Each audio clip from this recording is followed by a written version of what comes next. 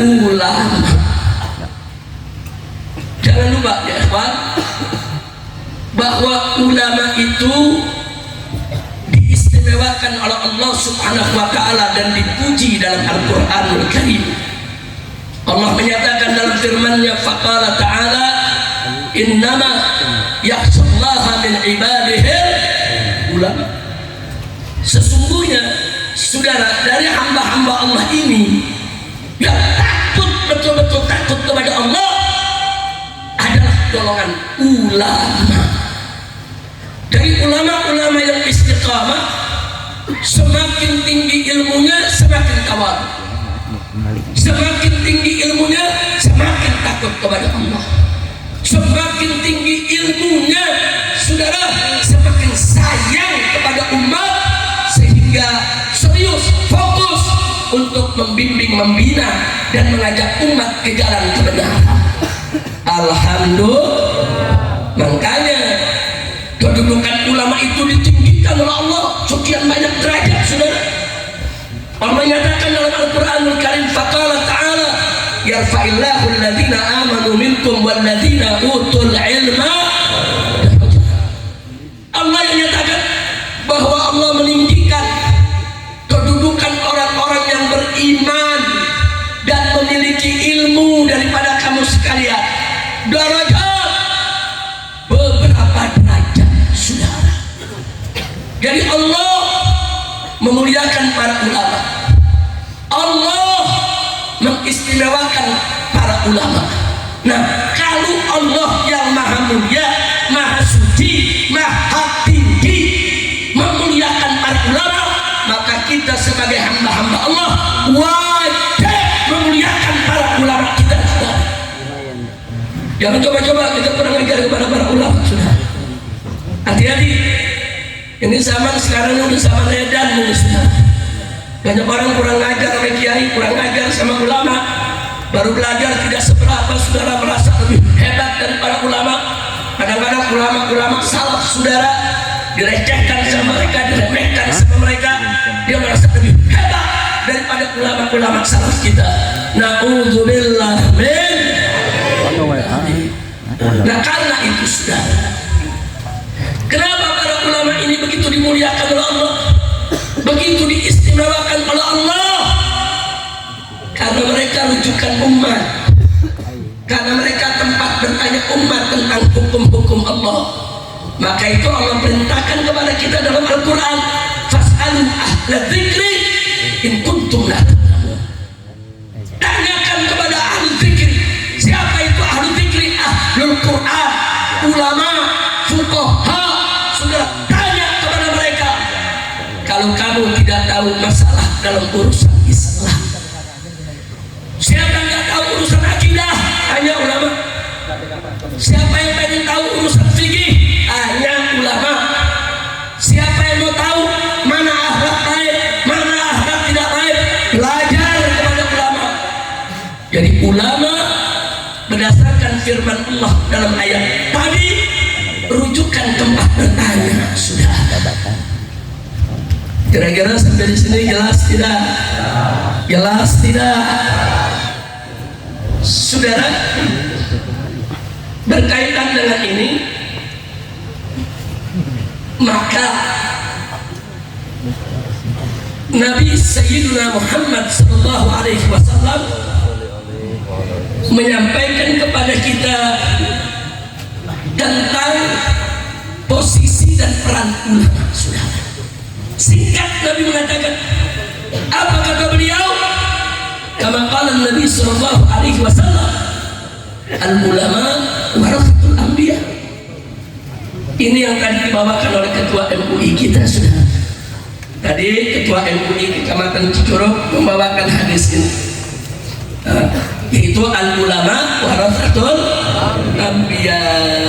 Ulama itu pewaris Nabi, pewaris para nabi saudara, yang mewarisi ilmunya, yang mewarisi akhlaknya, yang mewarisi kewajiban dakwahnya, yang mewarisi resiko dakwahnya. Saudara, apa yang pernah dilakukan oleh Nabi disebarkan oleh para nabi. Saat ini semua tanggung jawab tersebut ada di pundak Begitu saya mengajar sampai hadir sini, kalau gitu kedudukan ulama penting tidak? Perlu tidak? Tinggi tidak? Mulia tidak? Apa boleh kita kurang ajar kepada mereka? Apa boleh kita kurang ajar kepada mereka? Tak boleh sekarang. Orang yang kurang ajar kepada ulama, ilmunya nggak bakal berkah. Orang yang kurang ajar kepada para ulama, saudara, hidupnya tidak akan bahagia, dunia maupun akhirat.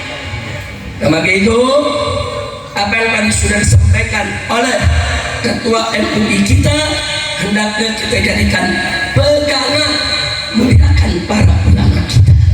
Jangan sakiti hatinya, jangan rusak namanya, jangan hina dirinya, saudara.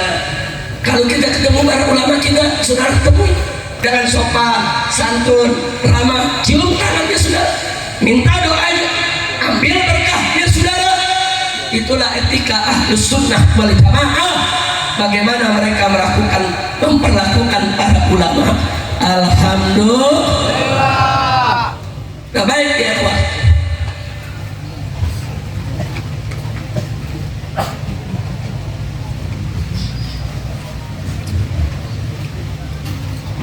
Selanjutnya, tadi Ketua MUI Kecamatan Cicurug ini menyampaikan juga tentang kewajiban kita mencintai dan menghormati keluarga Nabi, termasuk kaum habaib dari Bani Alawi yang menyebar di Nusantara. Nah, berkaitan dengan ini, saudara, apa yang disampaikan oleh beliau bukan tanpa dasar. Dalilnya dari Al-Quran dan As-Sunnah. Dalam Al-Quran Karim, Allah perintahkan nabinya, qul la as'alukum alaihi ajra illa al-mawaddata fil qurba. Sadaqallahul azim. Qul, katakan wahai Nabi, katakan wahai Rasul, katakan ya Muhammad, katakan kepada kamu ya umat, apa yang harus dikatakan, saudara? Katakan kepada mereka, la as'alukum alaihi ajra. Aku tidak meminta upah apapun kepada kalian, hai umatku, atas segala jasaku. Jasa Nabi dalam menyebarkan Islam, jasa Nabi dalam membawa Al-Quran, jasa Nabi memperkenalkan kepada kita siapa itu Allah, apa itu Al-Quran, apa itu agama. Jadi Allah sedang katakan kepada kaum punya umat, la as'alukum alaihi ajra. Aku tidak meminta upah apapun dari kalian, hai umatku, atas segala jasaku, illa, kecuali al-mawaddah fil qurba, kecuali al-mawaddah, cinta kasih, kasih sayang, fil qurba. Para ahli tafsir segera menyatakan yang dimaksud fil qurba di sini adalah zawil qurba, ay zawi qarabati Rasulillah sallallahu alaihi wasallam. Makanya para ahli tafsir menafsirkan bahwa Nabi diperintahkan oleh Allah sampaikan kepada umatnya, hei umatku, aku tidak meminta upah apapun atas segala jasa kecuali cinta kasih terhadap keluargaku. Siapa itu keluarga Nabi, saudara? Ya, di sana saudara terjadi beberapa perdebatan di antara ulama, tapi yang muktamad menurut Ahlus Sunnah wal Jamaah bahwa istri-istri Nabi termasuk Ahlul Bait Nabi, walaupun bukan qarabah, saudara. Begitu juga Bani Hashim. Kalau dalam mazhab Imam Syafi'i termasuk Bani Muttalib. Nah, kalau cerita Bani Hashim, seluruh keturunan Nabi sampai hari ini mereka adalah Bani Hashim, dan mereka termasuk qarabah Nabi kita Muhammad. Kira-kira sampai di sini jelas tidak? Jadi yang nyuruh cinta keluarga Nabi siapa? Jawab yang kompak. Yang nyuruh kita cinta keluarga Nabi siapa? Siapa? Perintah Allah wajib gak dilaksanakan? Wajib tidak? Jadi nggak betul, saudara. Kalau sekarang ada kelompok mengatakan Habib itu ngemis-ngemis cinta kasih. Habib itu mendoktrin umat untuk cinta kepada mereka, mengambil keuntungan. Hei, dusta kau! Yang memerintahkan cinta kepada keluarga Nabi bukan Habib, bukan Ba'alwi, bukan manusia, tapi yang memerintahkannya adalah Allah. Kalau kau ikuti, berarti kau patuh kepada Allah. Kalau kau tidak ikuti, berarti kau ingkar kepada Allah. Itu dulu kita garis bawahi, saudara. Jangan diputar-putar, jangan. Nggak ada tuh doktrin ajaran Habib disuruh ngemis-ngemis cinta, nggak ada ya, nggak ada.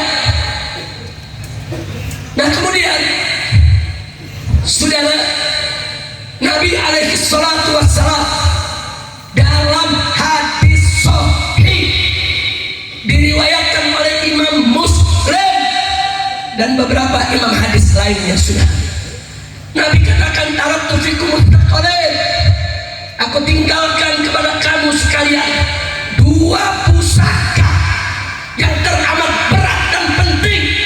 Pertama, kitabullah. Pertama adalah kitabullah, Al-Quran, termasuk as-sunnah yang menjadi penjelasnya, sudah. Yang kedua kata Nabi, wa itrati ahli baiti. Itrah itu keturunan, sudah. Wa itrati, dan keturunanku, ahli baiti, mereka adalah ahlul baitku. Ini sabda siapa? Jawab semua, sabda siapa? Sabda siapa? Wajib tidak taat kepada Nabi, wajib tidak tunduk kepada Nabi. Takbir, sallu ala Nabi. Nah jadi saudara, mencintai, menghormati keluarga Nabi, baik yang sudah kembali kepada Allah maupun yang masih ada di tengah-tengah kita, adalah kewajiban agama dengan dalil Al-Quran dan hadis. Oleh karena itu, sahabat Nabi tercinta, mertua Nabi, saudara, khalifah pertama di umat Islam, Sayyiduna Abu Bakar As-Siddiq radhiyallahu anhu, di dalam hadis sahih, silakan kita buka kitab Sahih Bukhari atau dalam Sahih Muslim. Sudah, apa dikatakan oleh Sayyidina Abu Bakar Siddiq? Urqubu Muhammadan fi ahli. Jagalah oleh kamu sekalian kehormatan Nabimu Muhammad fi ahli baiti, dan kau jaga kehormatan keluarganya. Makanya Sayyidina Abu Bakar Siddiq itu cintanya kepada keluarga Nabi luar biasa. Pernah sekali waktu Sayyidina Abu Bakar Siddiq berselisih paham dengan Sayyidatul Fatimah. Berselisih paham soal pendapat biasa. Sayyidah Fatimah keluar ucapan, saudara, ya sudahlah, ya Abu Bakar, kalau begitu sudahlah, kamu nggak usah kemari lagi. Biasa perempuan kalau ngambek begitu, Bu, ya, Bu,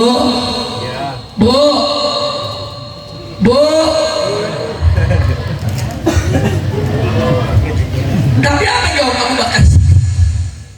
Wallahi, walaupun kau larang aku datang, demi cintaku kepada Rasulullah, aku tetap akan datang dan menyambung silaturahimku kepada aku. Subhanallah, Pak. Kalau kita